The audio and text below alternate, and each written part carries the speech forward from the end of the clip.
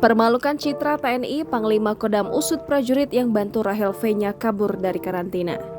Institusi TNI tercoreng oleh ulah oknum prajurit yang membantu Rahel V-nya kabur dari karantina COVID-19. Saking geramnya, Panglima turun langsung memastikan proses penyelidikan harus berjalan.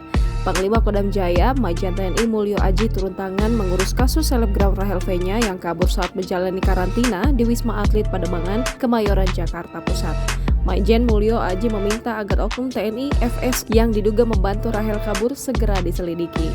Hal ini disampaikan oleh Kapendam Jaya Kolonel ARH Herwin BS. Dikutip dari Kompas.com, Kolonel Herwin mengatakan hal paling utama yang diminta Majen Mulyo Aji adalah mempercepat penyelidikan terhadap FS. Ia juga mengatakan Majen Mulyo memerintahkan proses penyelidikan juga dilakukan pada tenaga kesehatan, tenaga pengamanan, dan penyelenggara lainnya.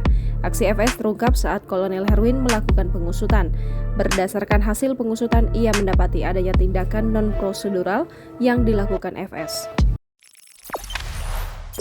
Jangan lupa subscribe, share, komen, dan like ya!